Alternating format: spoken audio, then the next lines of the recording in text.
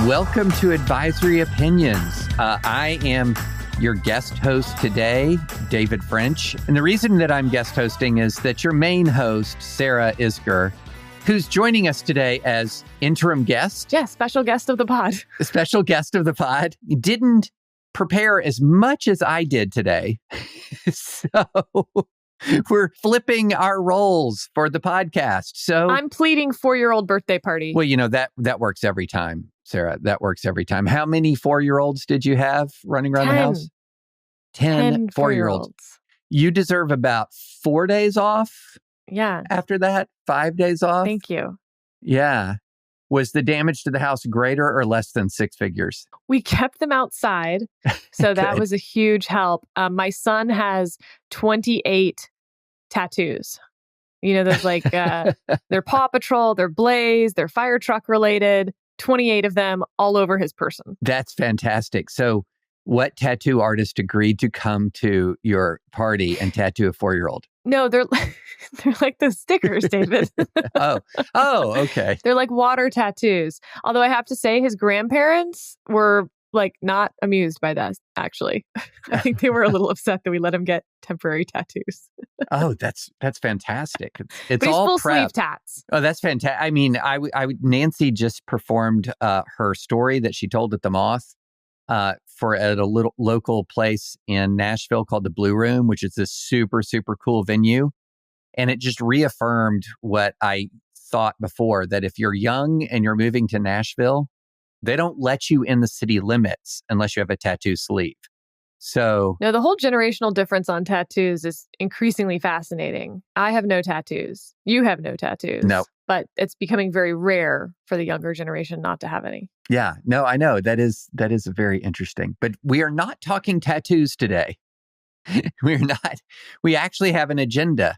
We're going to talk about the Israeli hostage rescue and the argument that broke out online about the laws of war.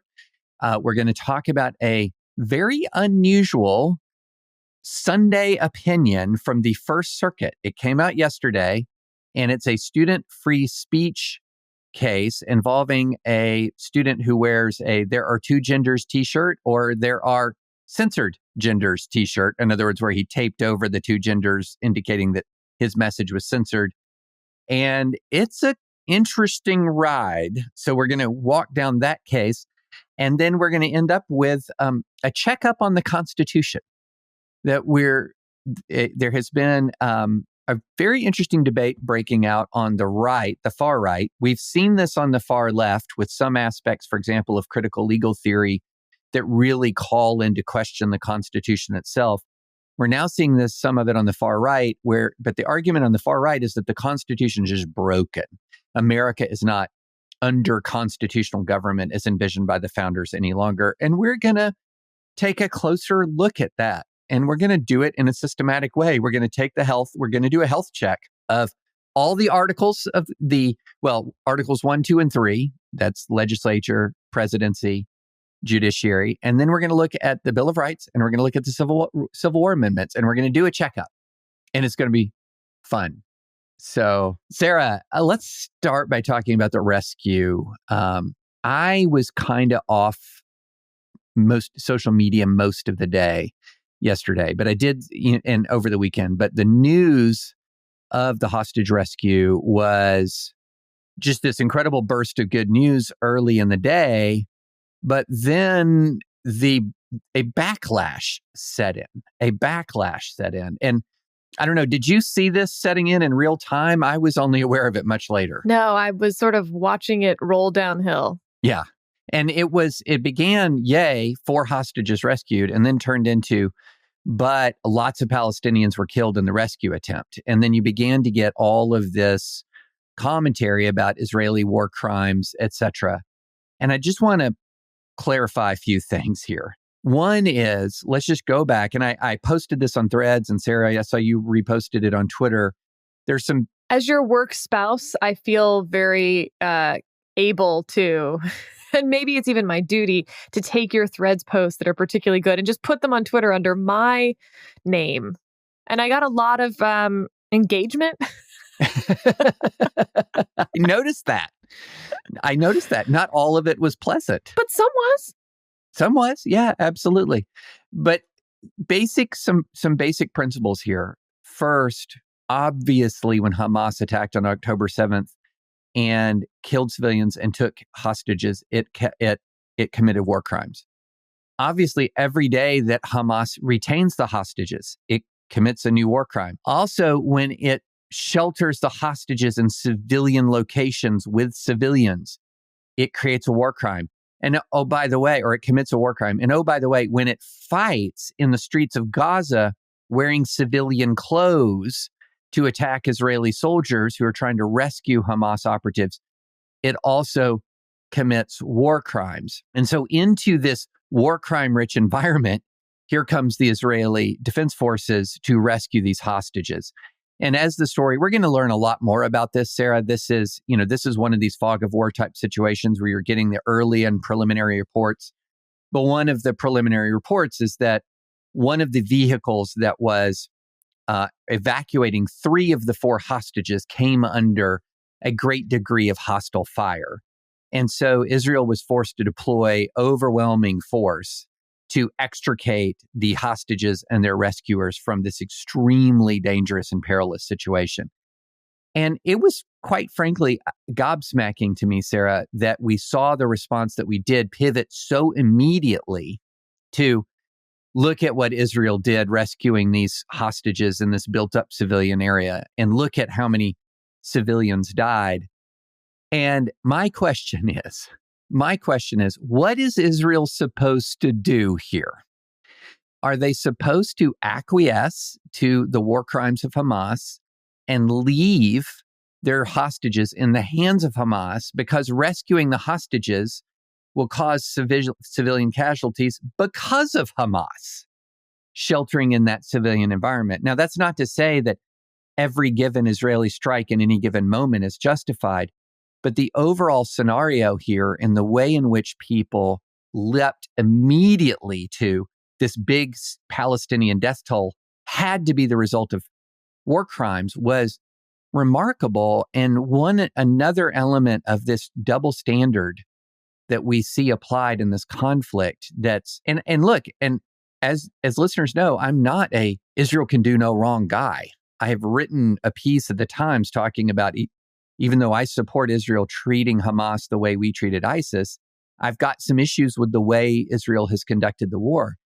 But this one, Sarah, was really remarkable, the way that people immediately jumped to the casualty count means Israel committed war crimes in rescuing hostages. Okay, but Hamas commits war crime does not mean Israel can commit war crime.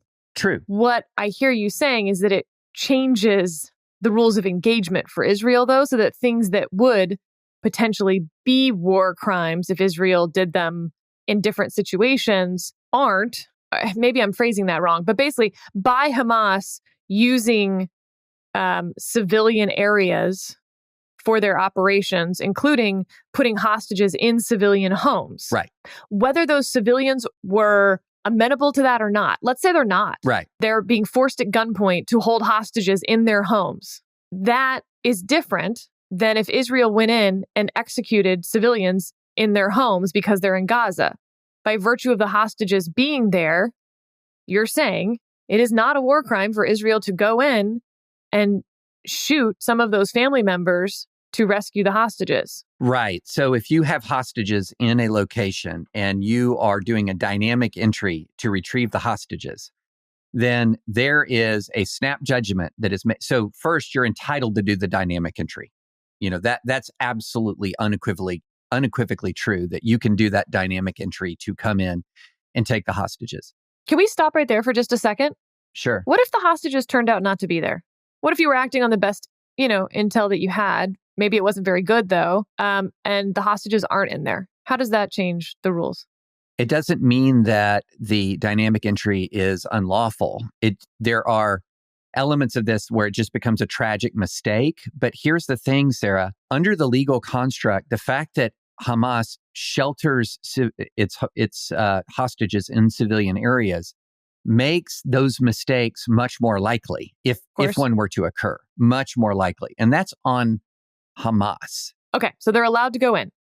Yes, absolutely. And then once you're in, it's a series of snap judgments. Now, if IDF soldiers were to take the family, put them in a room, remove the hostages and execute the family, that would be a war crime. But if you're doing a dynamic entry and you have snap judgments with people who are emerging from rooms and hallways and things like that, that's sadly what war is. And so there are going to be snap judgments made where people will use lethal force in those environments. And that happened, by the way. Okay, so even if everyone is unarmed? Even if people are unarmed. Like the whole house is unarmed. Again, you would have to know the circumstances of the shoot, but whether they're armed or unarmed is not dispositive in that. So, for example, when we went in to kill bin Laden, which was an assassination, which was entirely justified lawfully, there are also other people in the house that were also killed, right? And so this is something that occurs when you have this dynamic entry in a wartime environment. And the other thing is, let's talk about the exfiltration. You have the infiltration and you have the exfiltration. And the way the stories go now, and by the way, just in caveat, fog of war, new information is going to emerge. So by the time you hear this, there might be even more additional information. But let's put it this way. You infiltrate and you're exfiltrating and you come under a lot of hostile fire. That is going to mean you're going to get a chance to respond. And not only are you going to get a chance to respond, you're going to be able to call in airstrikes, call in artillery fire missions, things that provide you with sufficient covering fire to extricate you. So it would be a war crime if you, before anything, you just started bombing the market. Just bomb the market to clear the way and then go in, get them, come out. But if you are leaving and you come under heavy fire, you have to be able to respond, and you are able to respond. And this raises a really important point, Sarah. I've heard a number of very smart people say things like when they read about an airstrike that killed, say, 10 or 15 Hamas fighters, but also killed civilians, they say, why can't you go and precisely attack those people there as opposed to using these 500-pound bombs that have a blast radius, etc.? Well, this is actually an example of why it's so hard to go into a hostile territory, execute a strike, and leave with minimal casualties. When you actually get on the ground, it is often a lot more chaotic and bloody than when you strike from the air, as horrible as it is when you strike from the air. But in this circumstance, you had to go get the hostages. And this is what happens in urban combat. It gets chaotic. It gets bloody when your enemy is embedded in the civilian population. And this is one last thing I want to say, Sarah. Everyone talks about civilian casualties as if they're all the IDF. But here's what we know from years and years of urban combat in Iraq and Syria and other places, Afghanistan. It's that when we engage the enemy, they are far less disciplined in their fire than we are. Far less. We even had a term for it. It's like, we called it the death blossom. They would open up in all directions indiscriminately.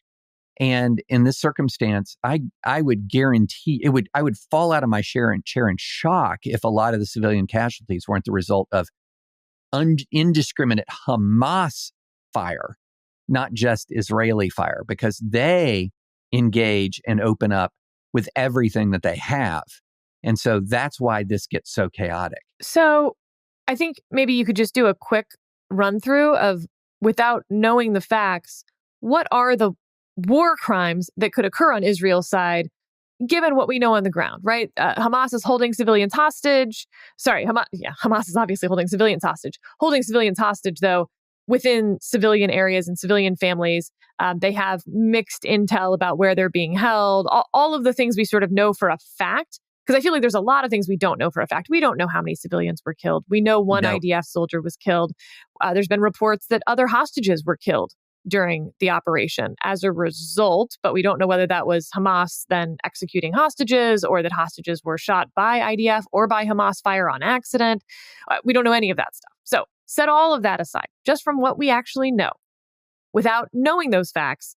You've said that, for instance, if Israel had gotten the hostages secured, moved all the family members into another room and executed them all, that would be a war crime. Right. Can you give other examples of war crimes that Israel could commit in those circumstances? Yeah, it's actually harder to articulate them than you might think, because once you have an active firefight, in other words, once you have incoming RPGs, mortar rounds, small arms fire, other forms of rockets, it's extremely chaotic. Control tends to devolve to the on-scene commanders to direct the fire. At least that's how the way we do it in the United States military. And it's a chaotic scene. And you do not have a situation where like police investigators after the firefight come in and account for all that's just not the way it's done. What ends up happening is that it's very difficult to establish any kind of war crime in an actual firefight unless there's evidence that the firefight was used as a pretext for executions, etc. So, for example, if you had captured in the middle of the firefight some Hamas people you suspect to be Hamas insurgents, and you just go around an alley and shoot them all, that of course would be evident. That would be a war crime. If you had an opportunistic, malicious pilot who saw it as an opportunity to drop a bomb on an unauthorized location in the middle of the chaos and hoping it would be lost in all the chaos, that would be an example. But those are extreme outlier situations. When you have an actual firefight, no holds barred going on in a city, especially a city that's held by a terrorist army, there is to walk into that and say, oh, there have to be war crimes there. That's not the way this works. That is not the way this works. And a lot of people, I think, have this view. I was listening to somebody on a podcast, very smart international human rights lawyer, talking about how Israel could have engaged in police operations after October 7th to capture the leaders of Hamas.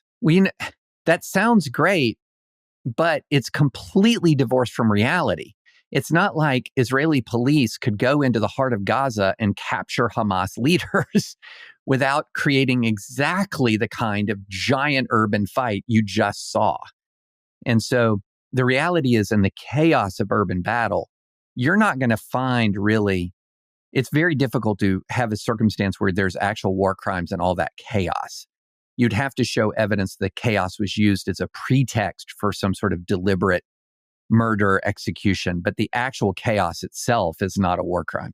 It seems to me that it means some pretty bad things that Israel successfully rescued hostages from a civilian family's home, because this kind of means it's all open now. Like Hamas has now, even more so than before, I think, with this evidence, opened up their civilian population to some really bad stuff that won't be war crimes. And that's their plan. I know. I mean, that's the thing. But I guess what's sad to me, all of this is very sad, right? Horrible. The IDF soldier that was killed was sad, all of it. I think it's very easy for people to say that obviously the population of Gaza is complicit, that they want to hold the hostages, etc. I don't think we have evidence of that either. Yeah. We do not know how the hostages ended up in this home and how much this family and individual members of this family were sort of keen to be participating in this. Yes. And I'm so glad you raised that, because I see a lot of commentary, mainly on the right, that says, stop thinking of the civilians in Gaza as innocent. A lot of them support Hamas. Okay, let's put a pause on that. If they support Hamas and they're not combatants, that's not grounds for killing them. Okay.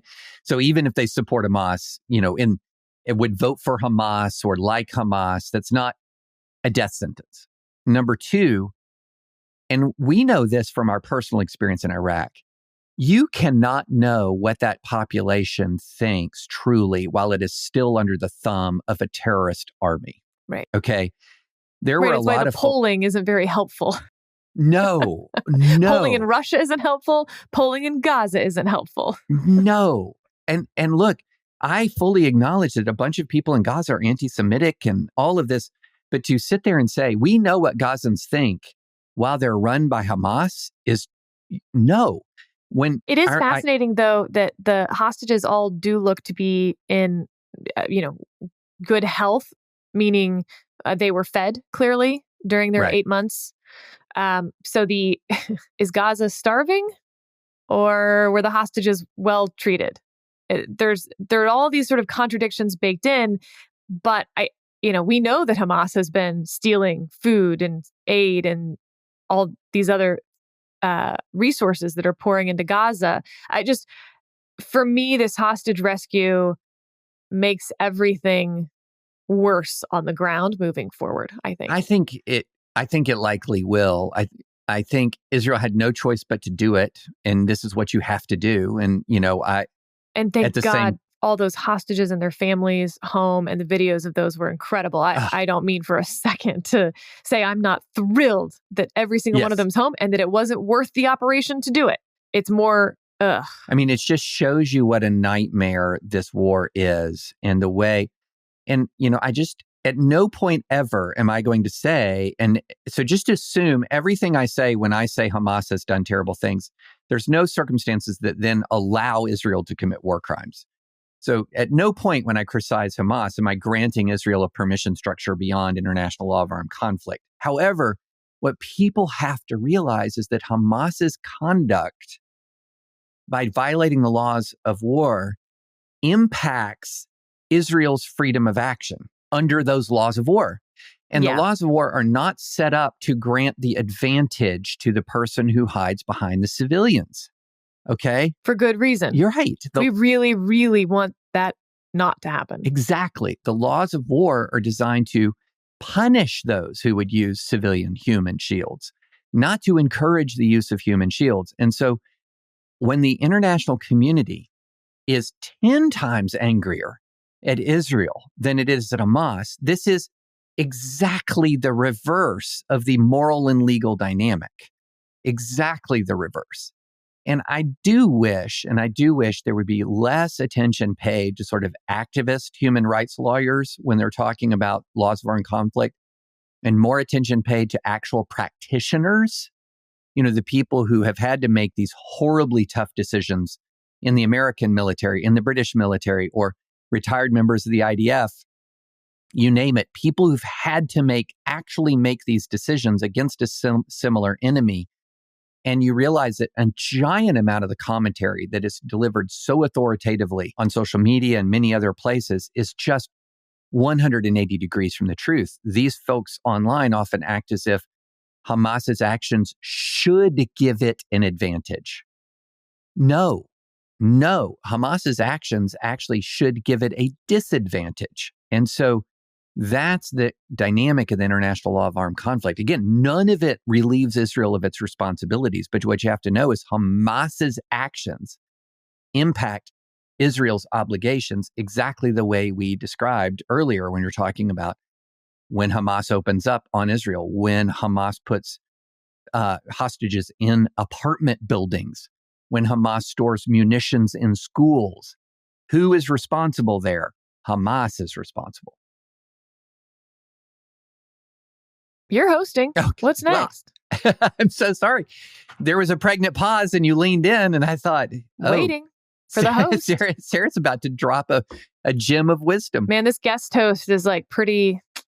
I know. I'm rusty. I'm rusty, Sarah. Okay, let's move from the Middle East to the First Circuit Court of Appeals. This is an interesting case. Here are the basic facts.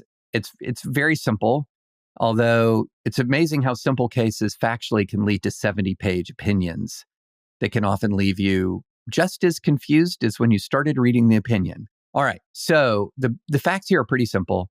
You have a middle school student who comes to school. Number of people at the school identify as trans, and the student wears a shirt that says there are only two genders. Gets in trouble for having asked not to wear this. Wears a shirt that there are only two genders, but then has some tape over it that says censored.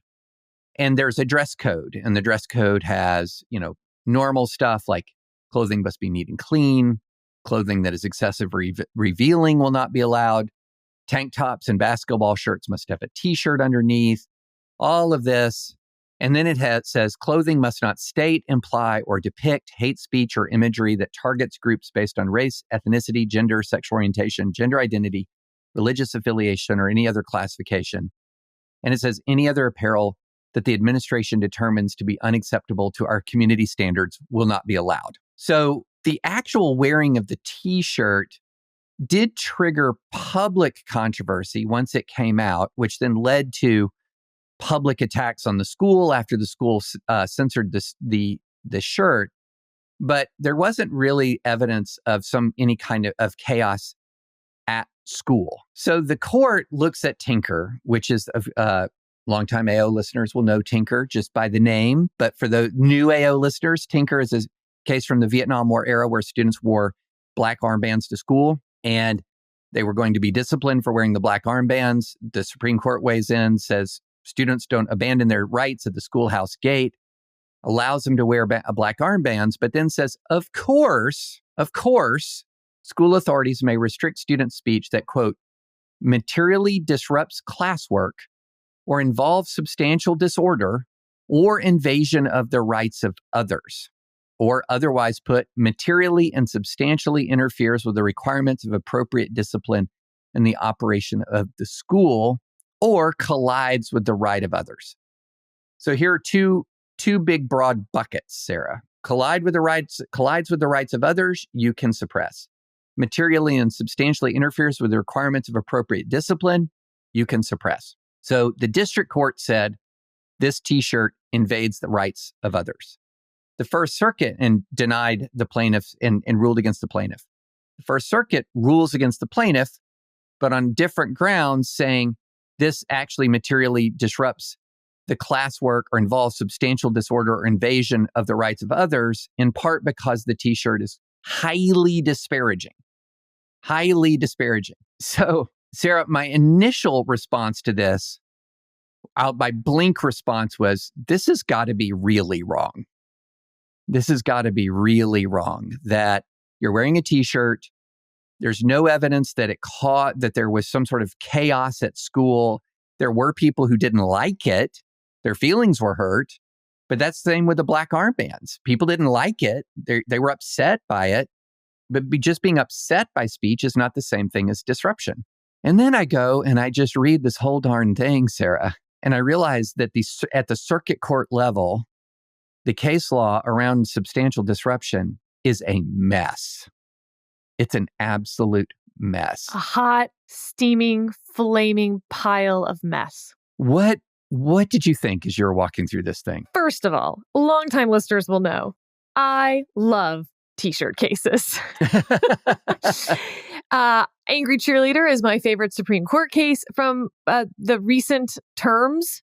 And remember, that's a case where the high school student goes home and on her Snapchat says F cheerleading when she doesn't make the varsity team. She made the JV team and they suspended her. And, 8-1, they said she had the right to post that. But what I thought would be sort of a pundit square of speech, off campus, about school. And so this was, if you're on campus and it's about school, well, no First Amendment right. If you're off campus and it's not about school, clearly First Amendment protected, even if it's, everyone hates it. If it's off campus and about school, or if it's on campus and about something else, I get it. We're going to have some disagreements there. But that's not really what the Supreme Court did in the Angry Cheerleader case. Instead, it was like, this wasn't really disruptive. Yeah. Okay.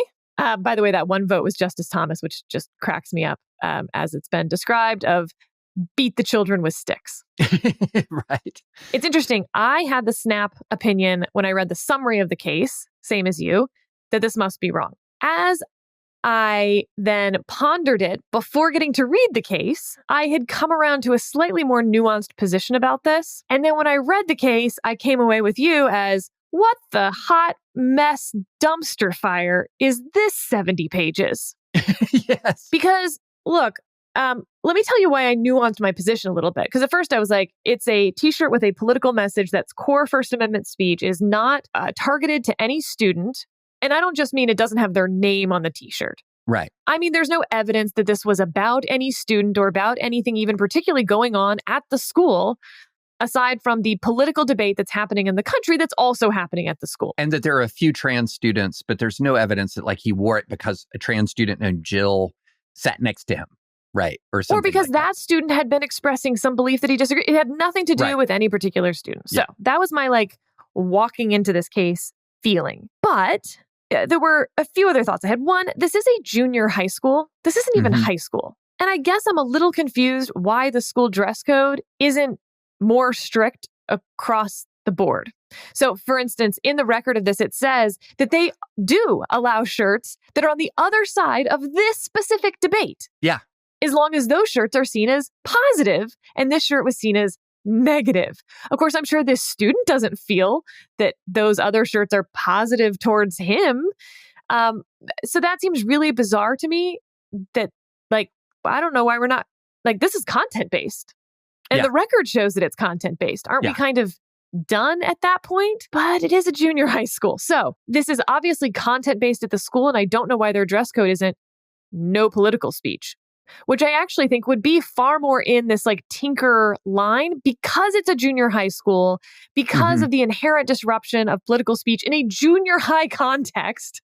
These kids can't even read like a bunch of the words that they're, that they would need to be able to discuss this stuff. If you're going to allow political speech that, again, is not about any individual student and is not related to school function, if that makes sense, then I don't see why a teacher gets to decide that versus, federal judges get to decide what the First Amendment protects and what it doesn't. And so I found it a really bizarre opinion for how it totally ignores the fact that this is content-based, that they are allowing pride flags, gender as a construct t-shirts. I mean, it doesn't say this in the opinion, but there's this one line that says other t-shirts with the opposing message are allowed. Yeah. That to me is sort of the end of the ball game here.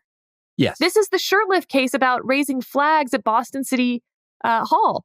Once you're allowing some flags to be raised, then you don't get to say these other flags that have the other message don't get to be raised. Yeah. This is like peeling an onion of complexity and sourness. So first, the actual policy itself, my gosh, on its face, I wonder how it's constitutional. Correct. Look at this. Any other apparel that the administration determines to be unacceptable to our community standards will not be allowed. How is that constitutional? And they did bring a vagueness claim against that, and it's one paragraph. Yep, that's up to the administrators. They need wide leeway to be able to, control the junior high environment. I don't actually disagree with that, which I know will shock people because I was, raging against the machine in both junior high and high school. I was in detention every day for not wearing a belt, which was part of our dress code. I wish I'd had some First Amendment complaint about the belt. I didn't. I just didn't want to wear a belt. They were trying to solve a problem of baggy pants, and my pants weren't baggy. So why'd I have to wear the belt? But here, there's nothing in the record to suggest that any disruption had started, that there was any potential disruption. They just decided that one side of that political debate could lead to more political debate at the school, and that could lead to disruption sort of 2-3 steps away. I am somewhat sympathetic to the idea that, like, how far down the path of disruption do you need to go before the junior high school now has the ability to crack down on political speech? Like, in the Mean Girls thing, like, do the monkeys and the animals all need to be beating each other in the hallways and now they have proof of disruption? No, but here there's nothing. Well, yeah, right. And that gets us to the second thing. So for me, but sort of category one, what this policy grants absolute discretion over speech to the officials. That should be void for vagueness right there. Okay. Number two, it allowed competing speech on the exact same topic from the exact opposite point of view.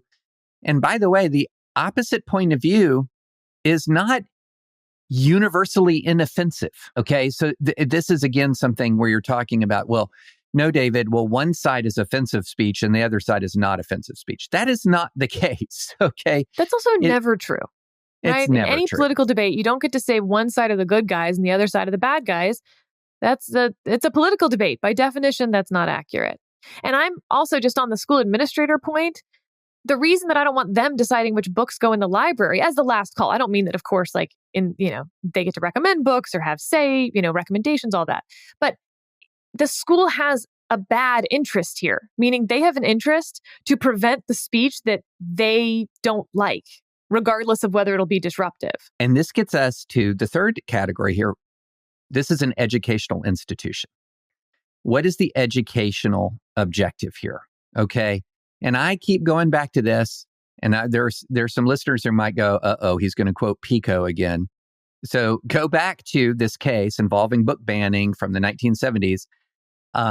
You had a plurality decision in the Supreme Court, Justice Brennan, talking about what is the purpose of education in this country. And it's not just reading, writing, arithmetic. That's of course, reading, writing, arithmetic. But here was an interesting thing that Justice Brennan said. He said that education, one of the purposes of education is to prepare students for life in this pluralistic, often contentious democracy. Okay? So how do you do that? Now, there's a judgment call to be made, I think, at the middle school level. And I think the judgment call would be, do we have school uniforms or not? Or just no writing on shirts. We weren't allowed to have writing on our shirts. Right, exactly. But once you say, we're going to have some political messages permissible on shirts, the educational objective to me becomes teaching these students how to navigate a contentious, pluralistic society, that it contains people who believe there are more than two genders, and it contains people who believe that there are two genders. And to sort of say, well, the way we're going to deal with all of this pluralistic contention is only allow one side of that argument to speak. That's not the answer. That cannot be the answer, because it goes straight back to and spits in the face of the very idea that we do live in this contentious pluralistic society. And one of the purposes of education is to prepare people for participation in that contentious society. And the way I put it, in the college environment also applies. The same legal environment exists in K through 12, with sort of escalating free speech protections, and with more protections in college than K through 12. But still, at this K through 12 arena, what you're talking about is students are protected from harassment. They are not protected from ideas. And that's a difference. And so I would feel very differently about this case if the evidence in the record was sitting right next to him was a trans student that he'd had a disagreement with, and he's starting to wear this to essentially show up the trans student right next to him. And that's targeting as opposed to a generalized statement of principle. And these targeting versus generalized statements really do matter in harassment analysis. If you'd had evidence he'd actually harassed a student, and ideas are not harassment, if he'd actually harassed a student, this becomes a different case. But Sarah, all of that thinking that we just walked through just doesn't happen to apply to an awful lot of circuit court decisions in this area.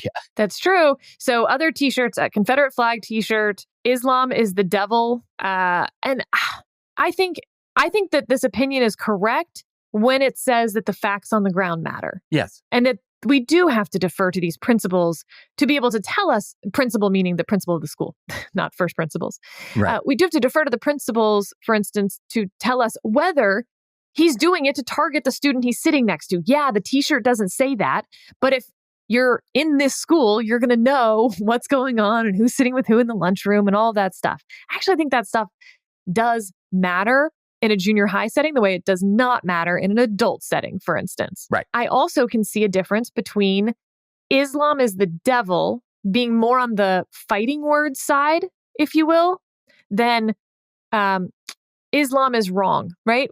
And one of those to me is more about stating your political beliefs versus starting a fight. Saying there are only two genders, context matters. That on the one hand is a statement of a political principle that is open to a conversation. Right. And in some context, it's fighting words. It's meant to troll people. Right.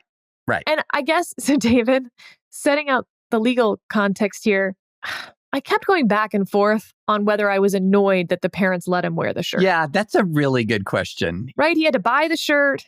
He got to wear the shirt to school.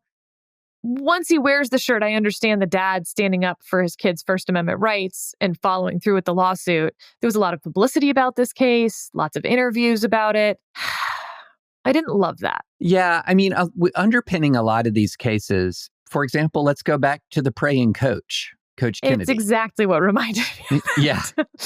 that, like, vindicating your First Amendment rights is a good thing, but being able to teach your children what it is to be in a pluralistic society and have disagreements and being able to discuss those and not doing it in a way to troll others or for the purpose of, instigating disruption at your school is also a value. Well, and there is also a real question about how are you teaching your kids to interact with people with whom they have disagreements? Yeah. And that is a big part of this. So I was sort of actually thinking through the same thing myself.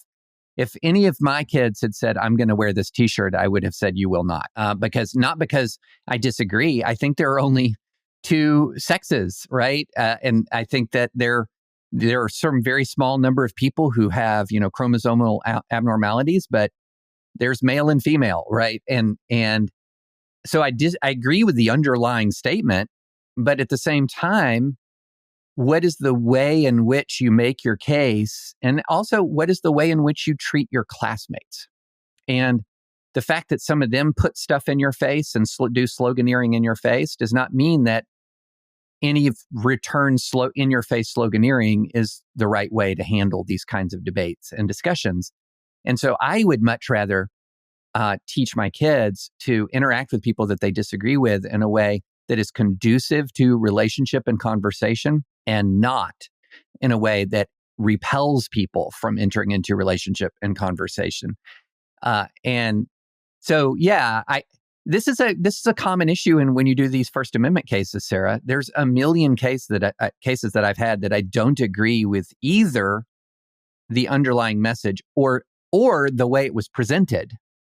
Yeah, I mean, generally the people trying to vindicate their First Amendment rights, either their message is deeply unpopular, right, or they're behaving in a way that is not great. Yeah.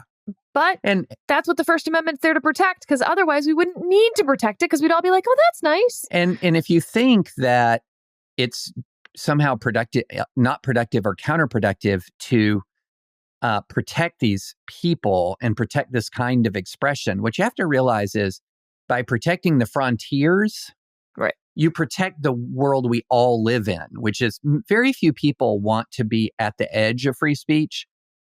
And so when you protect the frontiers, you're actually really providing people sort of in that broader American middle with a feeling of security that they have an ability to speak their heart in a way that's not going to get them canceled, censored, punished, etc. And so protecting the frontiers really helps the center hold. And a lot of people just don't get that at all. It's protecting the Overton window through sharp elbows on the outside of the window. Yeah. And I can say, and I think this is also, Sarah, gets to some confusion that people have about, say, us when we're talking about the difference between our strong support of civil liberties, but also questioning, hey, was this the best way to do it? People confuse that when we support civil liberties, we're not necessarily endorsing the message or the means. Right. And so, but then when you critique the message or the means, people feel betrayed. Wait a minute. Weren't you just defending it? No, I was defending the right to free expression. I was not defending the way it was expressed or maybe even the message. And there's just an enormous amount of confusion about that. Okay, so what about the Confederate flag example, which was many of these cases? Is a student in a junior high school allowed to wear a Confederate flag to school? Yeah, that's another great question. My general answer would be very similar to this. Is there evidence of individual targeting? Is there evidence? The record is just like this one. There's nothing. The student just wore a Confederate flag to school. I think that should be permissible in the absence of material disruption. Because in one of the cases on the Confederate flag example, there's literally like a junior high gang called the Hicks, and they wear Confederate flags like to find. It's like a gang symbol. Like, yep, right. I think the school can ban that. No problem. Just like they could ban, I don't know, a black up arrow if it's a gang symbol. And that's going to be up to the school to know who the gangs are, so to speak. And I don't really know if this is like a real junior high gang or like a gang. There are cases I remember from years ago involving people wearing Notre Dame hats. And the school banned them and everyone was up in arms until they realized that they were N and D for N-word die. So that's something the school principals knew, right? The school principal knew, and he appropriately responded to that. I guess that's my thing. I want to defer to the school principals on their knowledge of the facts on the ground. I don't want to defer to the school principals on the law. Right, exactly. I don't want a legal standard that says, it's up to you. But by deferring on the facts of the ground, that is the harassment analysis. The harassment analysis is a highly fact-dependent analysis.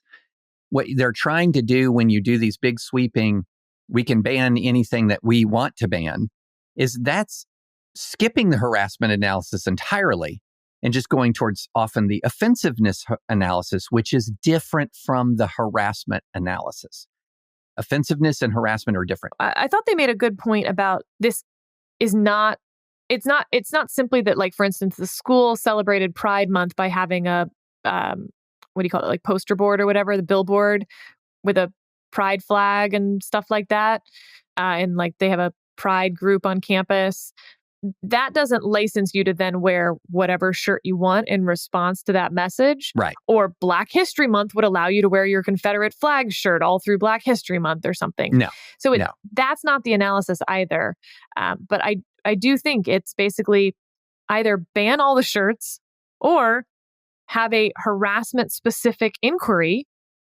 And if not, and you're allowing the shirts on one side, then you allow the shirts on the other side. We already know heckler's veto can't control the shirts on the one side just because one side of the debate's more popular than the other side. So, okay. But last bit on this case, David. So we think they came out wrong. They said that the school could ban him from wearing the shirt and from wearing the shirt with tape over it that just says censored, which also I think is such a clear political message against the school, having nothing to do with the underlying debate over gender and sex. There was really not much of an analysis about wearing the tape with the word censored on it. It just said, well, the underlying message is the same and everyone knew it because he'd gotten media attention for it. I was like, nope. So we think this is wrong on pretty much every count, that yes, the policy is vague, that there was no evidence of harassment, that the censored shirt should get a separate analysis, all of those things. I don't think the Supreme Court will take this case. I don't think so either, Sarah. And because I was trying to think this through, because it has been a long time since the Supreme Court has taken up a material disruption case. I mean, the angry cheerleader was more of an off-campus speech case in many ways. It was off-campus. It was social media. It was all these new things for them to try to address. And I'm not going to say they addressed those particularly clearly for lower courts to apply. Interestingly, in this case, it gets cited 2 or 3 times in really unhelpful fashion. It's like, and then there was that case. Yeah, I know. And so we've now been... This material disruption, what is or is not, which t-shirts qualify, which hats qualify, which ones do and don't, has been a subject of absolute confusion for 20 years, longer. I mean, it's been a source of confusion for a long time.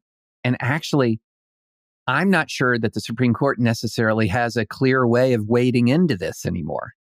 I do think there is a construct, free speech versus harassment, that can maybe be a little bit more clear than free speech versus material disruption, because at least harassment has a legal definition that's a little bit easier to understand than the whatever disruption means definition. But I'm with you. I'm very skeptical that the Supreme Court will take this up. I feel like the Supreme Court seems somewhat happy to let the principals and lower courts just hash this out case by case. But I'm with you. I'm not so sure that the Supreme Court will take this. But, look, my general view here on these things is the earlier we can start to inculcate into kids, you are protected. You are not protected from ideas. You are protected from harassment, and ideas are not harassment. The better off we're going to be, because one of the things that these dress codes have done, aside, again, I'm fine with the dress code that's no writing, or I'm fine with the dress code that's you're going to wear a white shirt and a blue pants, whatever. I'm fine with that. But when you have the worst of all the worlds is we're going to allow some kinds of speech. And if you're the preferred constituency in the community, you're going to get to wield veto authority over your opponents. that is teaching them exactly the wrong lesson. That's teaching them the opposite of what we need to teach people about how to live in a pluralistic society. True. All right. I don't think we got going on this First Circuit case. I don't think we've got time to walk through the Constitution. But how about this? Sarah? Here is my proposition after thinking about it over the weekend. Okay, so my basic proposition is that the Constitution, from the standpoint of individual rights, has arguably never been healthier. You're more protected from free speech, censorship on the basis of your speech than any time in American history. You're more protected from religious liberty encroachments, I think, even than pre-Smith, because it has been more than a decade since we've seen a serious free exercise loss at the Supreme Court. And there have been extensions of legal doctrine that have allowed things like religious schools to receive public funding, etc. Second Amendment, I don't think anyone would argue that it's less robust in its protection of individual liberty than it was 25 years ago. Third Amendment, solid for a long time. I think Fourth Amendment, there's lots of grounds to say, wait, we could do more on, say, no-knock raids, et cetera. But as a general rule, there's a very robust body of law. I mean, you go down through the amendments, and not only do they have more force and effect than they did throughout much of American history, but they apply at all levels of government when they didn't through most of American history. Here's where, and similar with, I think this is my originalism flag and is going to start waving right here. I think the 14th Amendment post-Harvard case is maybe more revitalized than it's been in a long time. Equal protection means equal protection very, very clearly right now. But here's where I have my issues with where we are. It's less the Bill of Rights and the Civil War amendments. It's more Article 1, Article 2, Article 3 branches of government, where Article 1 is supposed to be supreme, and yet Article 2, the presidency, is. And that's not so much a constitutional violation necessarily, but it's a way in which the two political branches, as one has withdrawn, the other has grown, often with the permission, encouragement, and under the mandate of the Article 1 branch of government. That's not an arrangement that's susceptible to a Supreme Court cure. I mean, overturning Chevron will be part of that. But it's really kind of an issue of the political will of that branch of government voluntarily losing that political will and voluntarily abdicating. So that's my top line assessment, Sarah. So you wrote in the New York Times this part that I found very interesting. You said that some of this disconnect of how people feel about what's going on with their constitutional rights is the difference between power and liberty. So, for instance, you said one of the most important stories of the last century, from the moment the Supreme Court applied the First Amendment to state power in 1925 until the present day, is the way in which white Protestants lost power but gained liberty. Many millions are unhappy with that exchange. Consider the state of the law a century ago until the expansion of the Bill of Rights to apply to states. If you controlled your state and wanted to destroy your enemies, you could oppress them to a remarkable degree. You could deprive them of free speech. You could deprive them of due process. You could force them to pray and read state-approved versions of the Bible. Powerful people often experience their power as a kind of freedom. A king can feel perfectly free to do what he wants, for example, but that's not the same thing as liberty. Looked at properly, liberty is the doctrine that defies power. It's liberty that enables us to exercise our rights. Think of the difference between power and liberty like this. Power gives the powerful freedom of action. Liberty, by contrast, protects your freedom of action from the powerful. I think that makes a lot of sense. I, though, wonder whether a different framework to think about it is just that humans experience life comparably. It is, right, one of the original sins is envy. When you hear all the time, for instance, like the poorest American today lives better than the Rockefellers did 100 years ago, they mean by virtue of having, I don't know, access to antibiotics, emergency room care, free public libraries. You have all the books at your fingertips that you could possibly want, free public libraries that have access to the internet. But the poorest Americans today, of course, don't feel that they're richer than the Rockefellers because they're looking around and they're poor. Poor is a comparative term. And I wonder if some people feel comparatively less free because of the freedom experienced by others, i.e., they used to be rich in constitutional freedoms, and now they're middle class in constitutional freedoms, if you will. So, for instance, you wrote this as well. It's not just that Catholics and Protestants have equal rights, a relatively recent development. It's that Muslims, Sikhs, Jews, Buddhists, and atheists all approach the public square with the same liberties. That's the part that's new. So comparatively, you went from being a Rockefeller to being in the suburbs in a nice, 2,000 square foot home. And next to you are all the other people in their suburban homes. And that again, just like human brainstem sense of looking around and comparing yourself to others, when it comes to constitutional rights, you may well feel that hedonic treadmill, if you want to think of it that way, that you've fallen behind. It no longer tastes as good as it used to. Yeah, I think that's a great way, a very human nature focused way of looking at it. Because it is actually true that there was a loss here. There was a loss of power. It's very real. I mean, let's just rewind the clock several decades. I mean, you literally could say to people, you must pray.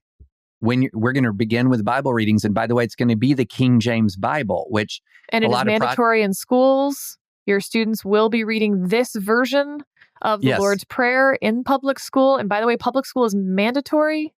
Yes, public school is mandatory. And oh, by the way, if you're a Catholic, good luck. We have the Blaine Amendment that's going to kind of put you into the second-class citizen status. And that's in state after state after state. And then all of a sudden the day comes where they say, that Bible, you can't force people to read that Bible. That prayer, you can't force people to engage in that prayer. And if you are the governing authority and a majority in your community want this, and it's the minority that has asserted its will using the Constitution, the majority experiences that as a loss. And especially when it's related to religion, they put in place these religious impositions because they sincerely, to the core of their being, believe this is how you make the community flourish and how God blesses your nation and all of this. Then you don't just experience it as a loss, you experience it as a catastrophic loss, as a spiritually consequential loss. And so this is what's happening to a lot of white Protestants, especially in the South or parts of the Midwest where they had absolute dominance for so very long. But the reality is that dominance was actually at the expense of many of the fundamental aspirational principles that we announced when the Declaration of Independence, that we enacted with the Bill of Rights. And it was And wait, to your point, though, it also was at the expense of their liberty, as in they had power, but not liberty. Yeah, right, exactly. And so they didn't miss the liberty because they had the power, but at no point did they actually have liberty. No.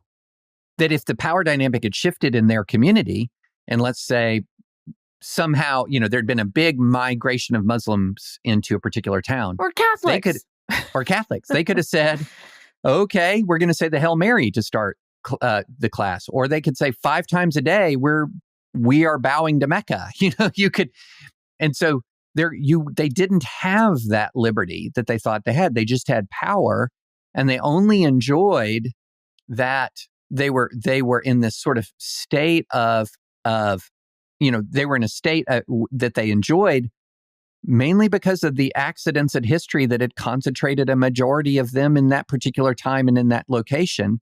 And if they lived in a different location at that same time, they would have chafed under the authority of the opposing jurisdiction. And the Bill of Rights, now properly understood, grants each person equal status no matter where they are and no matter what the majority says, I guess, unless you're in a middle school in the First Circuit. I think you're focused on the religious side for very good reasons, and I think it provides a lot of people good context. I'll tell you that I think I walk into this conversation from a different angle than you, which is the 19th Amendment. Right. Right? There's now this group of people who think that repealing the 19th Amendment is a good idea, will solve our country's woes. This is, of course, the amendment that gave women the right to vote. And that's such a great example of the difference between power and liberty, because when women got the right to vote, it literally diluted the votes of men. So they became less powerful by definition, half as much powerful, actually.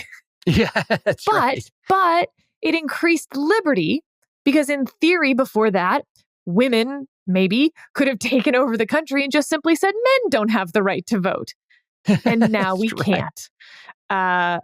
Woe unto us that we cannot deprive men of the right to vote for 150 years and see how they like it.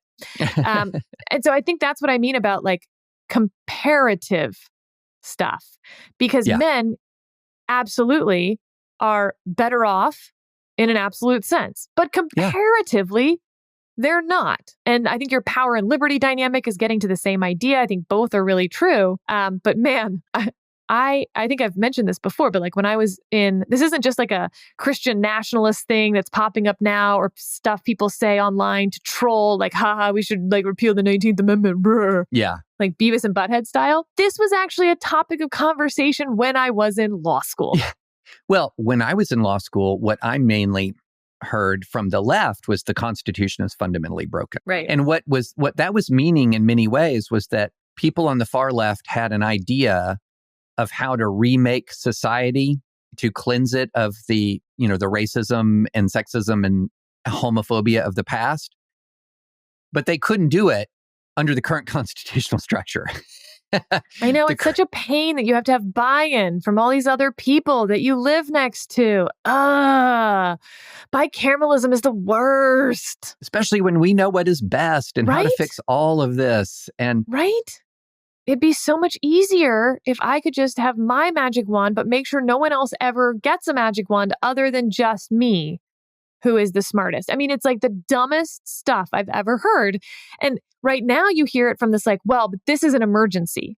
Right. And I've mentioned this before too, this like lesson that Rod Rosenstein taught me that was like a thunderbolt, that like, if the rules don't apply in emergencies, then you don't have rules. It's like free speech, right? You don't need free speech for the popular stuff, and you don't need rules for the times that are going fine, because then you just like follow regular order and it all makes sense.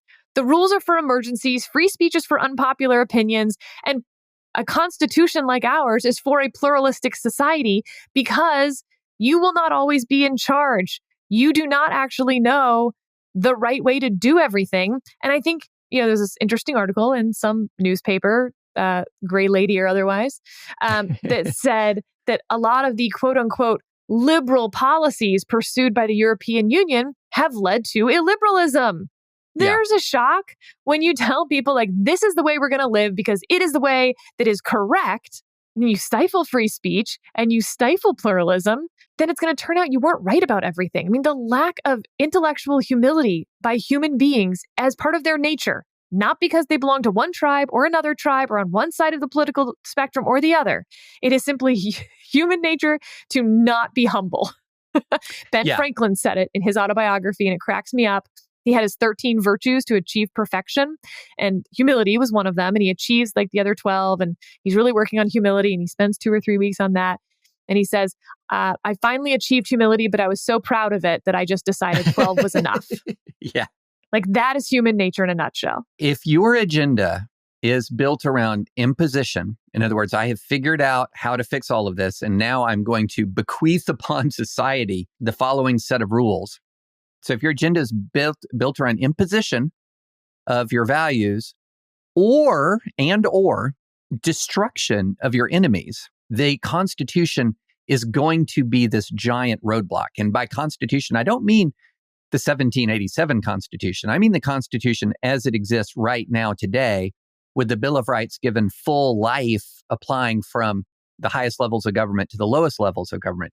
So it is not surprising at all that the moment someone heads towards Christian nationalism, or the moment that someone heads towards sort of critical theory illiberalism, it takes only a few minutes, so to speak, for someone to start getting frustrated at the Constitution. And it's not at all surprising to me that we see, as the right becomes more authoritarian, or parts of the religious right become more Christian nationalist, that you're now seeing an attack on the Constitution from the right. I've seen it for 30 years coming from parts of the far left. One of my biggest critiques of critical theory is how it often goes hand in hand with illiberalism. We have seen, I don't critical theory, in my view, has had a lot of interesting stuff to say about critiquing American history. It gets less interesting fast when it starts tying its program to an illiberal, anti-constitutional agenda. I wrote about this in the Times when you talk about concepts like DEI, diversity, equity, inclusion are good values. When they're tied to an illiberal assault on the Bill of Rights, that's when it gets dark really fast. And this is a temptation that extremists are falling prey to. They want to impose and they want to destroy. And if either one of those points of view are in your vocabulary as opposed to persuade and accommodate, then the Constitution is going to be a barrier for you. Well, man, you've done a pretty good job guest hosting. No, I can't hold a candle to you, Sarah. I think so your rusty. Segues need work. I know. We had some pauses there that were awkward. Yeah. But thank you for, not being on Twitter and just allowing me to take your tweets. That's been nice. Anytime. Yeah. Anytime. And you're out for the rest of the week. So next episode, you will not be guest hosting. I will not be. By definition. You won't even be special guesting. No, I will not. So try. Okay, but we're still getting Supreme Court opinions on Thursday. So we will endure. You know what's going to happen? I'm going to be out. Yeah.